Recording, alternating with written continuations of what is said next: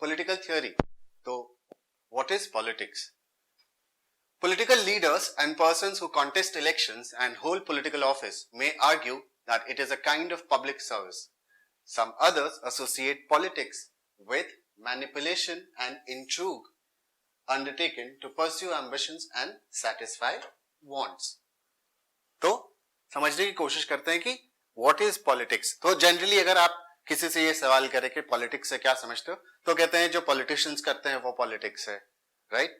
या फिर हम ये कह देते हैं कि पॉलिटिक्स को हम एज ए नेगेटिव कॉन्सेप्ट इस्तेमाल करते हैं. हम कहते हैं कि यहाँ पर पॉलिटिक्स हो रही है जब कोई चीजें ऐसी होती है जो अनफेवरेबल होती है किसी सर्कमस्टांस या किसी सराउंडिंग में हमारे साथ, तो हम कहते हैं कि वहां पे पॉलिटिक्स चल रही है. तो कुछ इस तरह की एक बेसिक कॉमन अंडरस्टैंडिंग होती है पॉलिटिक्स को लेकर. We are thus confronted with conflicted images of politics. तो इसमें conflicting image क्या है कि एक तरफ तो हम कहते हैं कि जो गवर्नमेंट है वो पॉलिटिक्स के थ्रू आती है, ऑफ कोर्स, तो और हम कहते हैं कि गवर्नमेंट अच्छा काम कर रही है. तो in a sense we are trying to tell others that politics is a good thing. On the other hand, अगर बहुत बेसिक अंडरस्टैंडिंग है हमारी पॉलिटिक्स को लेकर या शायद उतनी क्लियर अंडरस्टैंडिंग नहीं है पॉलिटिक्स को लेकर, तो हम उसको नेगेटिव कॉनोटेशंस के साथ जोड़ के बता देते हैं. तो इसीलिए हमारे पास एक conflicting image of politics create हो जाता है. No society can exist without some form of political organisation and collective decision making. A society that wants to sustain itself needs to take into account the multiple needs and interests of its members. तो देखिए हर society के अंदर कोई ना कोई किसी ना किसी फॉर्म का किसी ना किसी तरीके का पॉलिटिकल ऑर्गेनाइजेशन जो है वो होता है. उसके बिना कोई सोसाइटी एग्जिस्ट नहीं कर सकती, वो फॉर्मली हो या इनफॉर्मली हो, बट एक some form of political organisation exist in every society. क्यों? क्योंकि सोसाइटी को जो है वो कलेक्टिव डिसीजन मेकिंग का प्रोसेस में जाना पड़ता है. सोसाइटी में कोई एक इंडिविजुअल जो है वो पूरी सोसाइटी के लिए डिसीजन नहीं लेता है. वहां पे बहुत सारे ओपिनियंस होते हैं, मल्टीपल ओपिनियंस होते हैं, इंटरेस्ट होती हैं, लोगों की अलग अलग नीड्स होती है, और इसीलिए collective decision making is use. और उस कलेक्टिव डिसीजन मेकिंग का जो प्रोसेस होता है उसमें पॉलिटिक्स का रोल आता है कि किस तरह से वो डाइवर्स और जो मल्टीपल डिसीजन ओपिनियंस हैं, जो इंटरेस्ट हैं, जो नीड्स हैं, उन सब को कलेक्ट करके एक कॉमन अंडरस्टैंडिंग पे लाके हमें रखता है ताकि हम एक कलेक्टिव डिसीजन ले सके जिससे पूरी सोसाइटी का भला हो. Among such institutions, governments play an important part, but politics is not confined to the affairs of government. In fact, what governments do is relevant because it affects the lives of the people in many different ways. तो ये जो collective decision making के institution हैं उसमें सबसे पहले और सबसे बड़ा नाम जो आता है वो होता है गवर्नमेंट का. क्यों? क्योंकि गवर्नमेंट को हम इलेक्ट करते हैं. हम जिससे मतलब है सिटीजन से.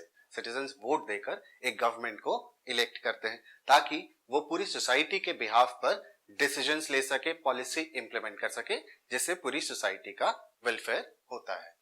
But politics is not confined to the affairs of government. In fact, what governments do is relevant because it affects the lives of the people in many different ways.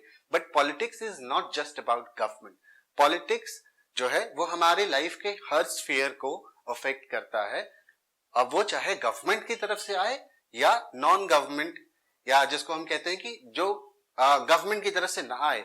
इसका मतलब ये नहीं होता है कि politics will not affect us.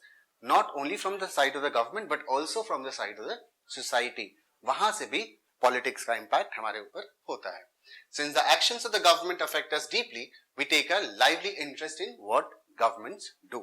अब सबसे बड़ी बात इसमें ये है जो हमें जानना चाहिए कि गवर्नमेंट को जिसको हमने चुन के भेजा है ताकि वो पूरे सोसाइटी के लिए डिसीजन मेकिंग करे, उसके इंटरेस्ट के लिए काम करे, तो उसका इम्पैक्ट हमारी लाइफ पे सबसे ज्यादा होता है. और इसीलिए जैसे ही हम पॉलिटिक्स की बात करते हैं तो हमारा सारा ध्यान गवर्नमेंट के काम पे चला जाता है, और जाना भी चाहिए. बट नेचुरल है कि क्योंकि गवर्नमेंट के पास सबसे बड़ा मैंडेट होता है, एक जेन्युइन मैंडेट होता है फ्रॉम द सिटीजंस कि वो पॉलिटिक्स में इंडल्ज करके और सारे लोगों के लिए डिसीजंस ले सके. तो इसीलिए जो हमारा ध्यान जाता है गवर्नमेंट की तरफ, व्हिच इज हम कह सकते हैं कि ऑटोमेटिक मोड होता है। हम जैसे ही पॉलिटिक्स की बात करेंगे तो ध्यान गवर्नमेंट की तरफ चला जाता है, तो दैट इज वेरी नेचुरल, उसमें कुछ भी अननेचुरल नहीं है। We form associations and organize campaigns to articulate our demands. We negotiate with others and try to shape the goals that governments pursue.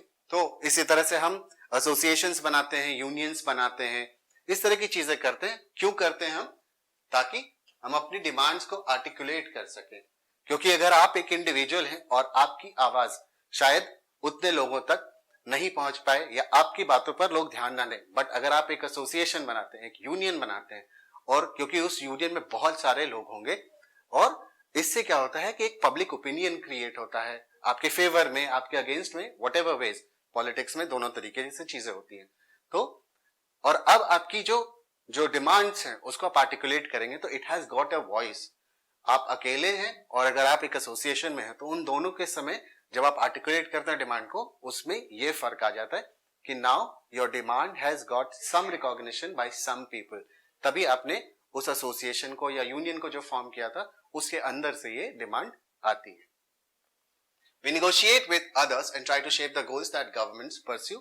और इसी तरह से हम फिर negotiate करते हैं, हम कोशिश करते हैं कि जो हमारे डिमांड्स हैं वो किसी तरह से हमारे जो डिमांड्स हैं वो पूरे हो जाएं ताकि हमारा जो इंटरेस्ट है वो सर्व हो जाए।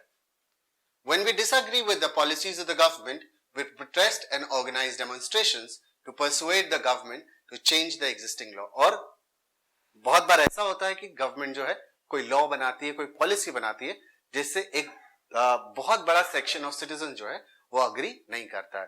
तो तब क्या होता है, लोग ऑर्गेनाइज करते हैं, क्या प्रोटेस्ट करते हैं, धरना करते हैं, बंद, हड़ताल, ये सब फॉर्म्स ऑफ प्रोटेस्ट है जिससे वो बताते हैं कि we are not happy with the law that you have enacted and we want you to take back these laws. तो इस तरह से बहुत बार हुआ है, आजादी के पहले भी ऐसा होता रहा है, आजादी के बाद भी ऐसा होता है। और आप अगर न्यूज को सीरियस न्यूज को अगर फॉलो करेंगे तो आपको दिखेगा कि बहुत सारे लॉज पे इस तरह से लोगों का प्रोटेस्ट होता है। जैसे कि जो फार्म लॉज है उसके ऊपर फार्मर्स का प्रोटेस्ट है क्योंकि उनको लगता है कि उनका इंटरेस्ट सर्व नहीं होगा, so they are protesting against the farm laws. तो ये बस एक एग्जाम्पल देने के लिए था